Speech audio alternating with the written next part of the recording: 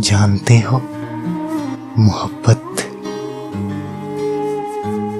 किसे कहते हैं? किसी को दिल से चाहना,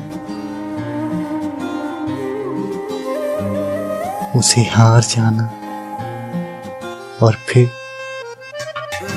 खामोश हो जाना। वो कागज आज भी फूलों की तरह महकता है,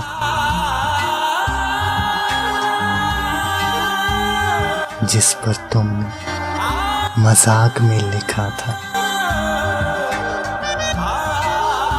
मुझे तुमसे मोहब्बत है। लोग कहते हैं वक्त किसी का गुलाम नहीं होता,